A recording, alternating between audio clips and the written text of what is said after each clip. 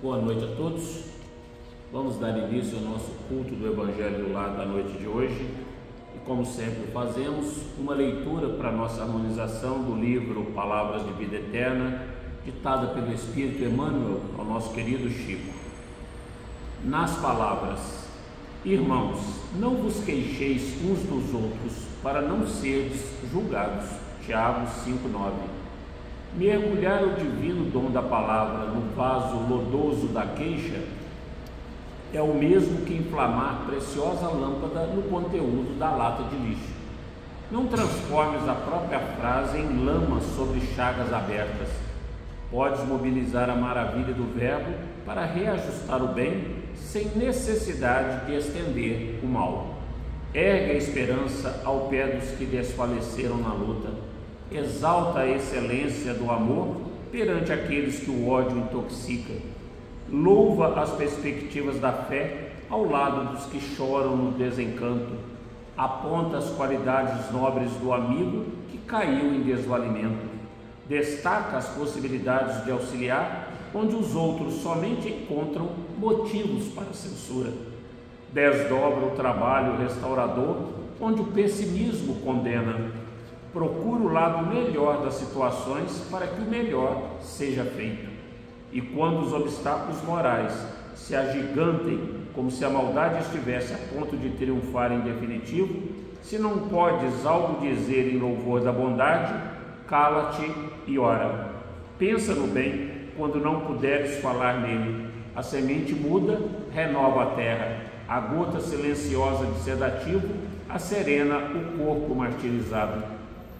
Nunca te queixes dos outros, mesmo porque, em nos queixando de alguém, é preciso consultar o próprio íntimo para saber se em lugar desse alguém não estaríamos fazendo isso ou aquilo de maneira pior. Então vamos elevar os nossos pensamentos a Deus, agradecidos por mais essa oportunidade bendita, rogando a Jesus, nosso guia e modelo, e a espiritualidade maior que nos envolve, nos intui e nos inspira na noite de hoje, toda paz, toda serenidade, todo equilíbrio e toda sabedoria. Te agradecemos, Pai, pelo dom da vida, pelo alimento, pela água, pelo teto e pelo agasalho. Te agradecemos igualmente pelos nossos entes queridos, encarnados e desencarnados. Te agradecemos pelos amigos e até por aqueles que se julgam nossos inimigos. Que a mesma paz, as mesmas energias balsâmicas que rogamos para nós outros, recai igualmente sobre cada um desses irmãos. Te rogamos ainda, Pai, que derrame sobre esses irmãos da pátria espiritual, que aqui com a vossa permissão comparecem na noite de hoje, toda a paz, toda a serenidade, todo equilíbrio, que eles possam aprender conosco sobre as vossas lições morais deixadas. E te rogamos, como pedidos que somos, permita os benfeitores espirituais visitem a todos aqueles que se encontram nos leitos dos hospitais, nos presídios, nos asilos, perambulando pelas ruas em estado de drogadição, nos hospitais geriátricos, enfim, Pai, onde uma alma estiver angustiada, sofrida, que a vossa paz, a vossa misericórdia possa alcançá-los. De igual forma, rogamos a nossa Mãe Maria possa visitar nesse instante todos os nossos irmãos suicidas, levando até eles os bálsamos do refazimento moral e espiritual, que eles recebam as nossas vibrações de afeto, de carinho, de ternura, se sintam fortalecidos e que em breve possam estar juntos de nós novamente. Com a oração que o Senhor nos ensinastes, iniciamos o culto do Evangelho da noite de hoje. Pai nosso que estais no céu, santificado seja o vosso nome. Venha a nós o vosso reino, seja feita a vossa vontade, assim na terra como ela é feita no céu. O pão nosso de cada dia nos dai hoje. Perdoai as nossas ofensas, mas na medida em que perdoarmos os nossos ofensores. E não nos deixeis entregue às tentações, mas livra-nos, Senhor, de todos os males, hoje, agora e sempre. Do Evangelho segundo o Espiritismo, capítulo 5. Bem-aventurados os aflitos. Bem-aventurados os que choram, pois serão consolados. Bem-aventurados os que têm fome e sede de justiça, pois serão saciados. Bem-aventurados os que sofrem perseguição por amor à justiça, porque é deles o reino dos céus. Mateus. Bem-aventurados vós que sois pobres, pois o reino dos céus é para vós. Bem-aventurados vós que agora tendes fome, pois sereis saciados. Sois felizes, vós que chorais agora, pois rireis. Lucas. Mas ai de vós, ricos, que tendes vossa consolação no mundo. Ai de vós que estáis saciados, pois tereis fome. Ai de vós que rides agora, porque gemereis e chorareis. Lucas. Justiça das aflições. As compensações que Jesus promete aos aflitos da terra somente podem realizar-se na vida futura. Sem a certeza do futuro, estes ensinamentos morais seriam um contrassenso, ou bem mais do que isso, seriam uma enganação.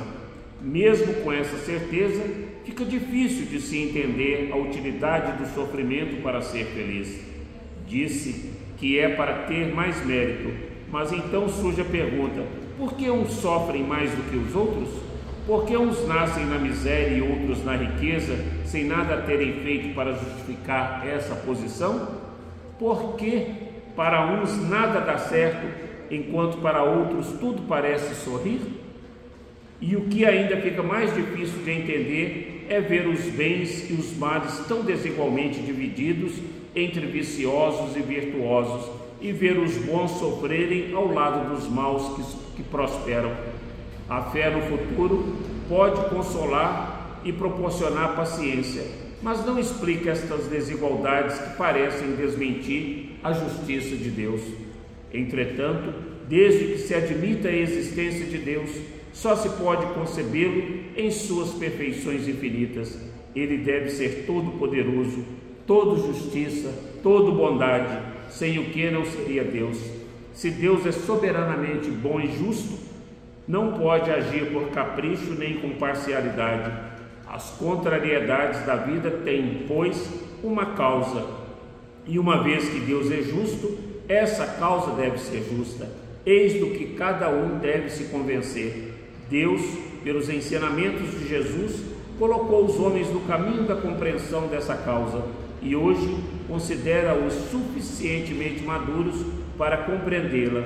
Eis porque a revela inteiramente pelo Espiritismo, ou seja, pela voz dos Espíritos. Então o Evangelho, na noite de hoje, vem nos falar da justiça das aflições. E o próprio Cristo já havia nos dito: no mundo só tereis aflições. Por que no mundo nós só teríamos aflições? Porque nós somos espíritos endividados com as leis de Deus. Somos espíritos que estamos neste plano de provas e expiações chamado terra, exatamente para que nós possamos reparar, resgatar e expiar todas as faltas que tenhamos cometidos em vidas passadas para com os nossos semelhantes. Então, quando nós nos deparamos com as aflições, com as angústias, com as dores que nos alcançam, seja pelas perdas de entes queridos, sejam pela perda de objetos que amávamos, seja pelas dores físicas, pelas doenças, tudo tem uma razão de ser. Não caia uma folha de uma árvore sendo que não seja feita a vontade do Pai. E nós vamos ver mais adiante ainda neste capítulo, nos nossos próximos encontros, que se as dores que nos alcançam não são desta presente encarnação, com toda certeza são das encarnações passadas. Por isso nós nos encontramos neste plano, como Kardec nos ensina, que é ao mesmo tempo uma escola, é uma oficina, é um presídio e é um hospital. Estamos aqui exatamente para aprendermos uns com os outros. Estamos aqui nessa escola para nos evoluir, nesse presídio para pagar as nossas penas, para pagar aquilo que nós fizemos de equivocado em vidas passadas. E neste hospital, para que nós possamos curar o nosso espírito, nos despindo de todo orgulho, de todo egoísmo, de toda avareza, de toda cupidez, de todas as más inclinações, como nos ensina Kardec no Evangelho segundo o Espiritismo, no capítulo 17. Reconhecem o verdadeiro cristão, reconhece o verdadeiro espírita pelo esforço que fazem domar as suas más inclinações. E é exatamente por isso que muitas das vezes estas aflições nos alcançam, mas grande parte dela nós vamos ver que são causadas pela nossa incúria, pela nossa imprevidência, pela nossa insensatez. Porque se nós pensássemos no nosso semelhante, se nós pensássemos em nós agiríamos com mais serenidade, com mais sobriedade, com mais equilíbrio, sensatez, e erraríamos menos. Então, por isso que o Cristo nos ensina que devemos amar ao próximo como a nós mesmos. E quando a gente se ama, nós não cometemos esses desvarios, nós não cometemos esses percalços que muitas das vezes nós percorremos e cometemos, causando a nós mesmos os dessabores da nossa existência. Então nós temos que estar preparados, como nos fala o Evangelho. As contrariedades da vida têm, pois, uma causa, e uma vez que Deus é justo, essa causa deve ser justa. Então tudo que nos acontece, fomos nós mesmos que procuramos. Basta que a gente pare para pensar.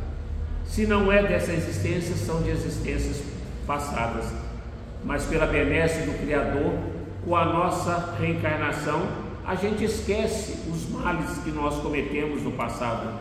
Via de regra, alguns flashes nos alcançam para nos chamar a atenção, para nos chamar de volta aos trilhos. E a dor, como nos falava o Chico, é uma bênção que Deus envia aos seus eleitos, porque quando tudo está maravilhoso, quando tudo está em paz, a gente até esquece de Deus, a gente até esquece de agradecer pelas bênçãos que recebemos dioturnamente por parte desse nosso Pai misericordioso, esse Deus de amor, de bondade e de misericórdia.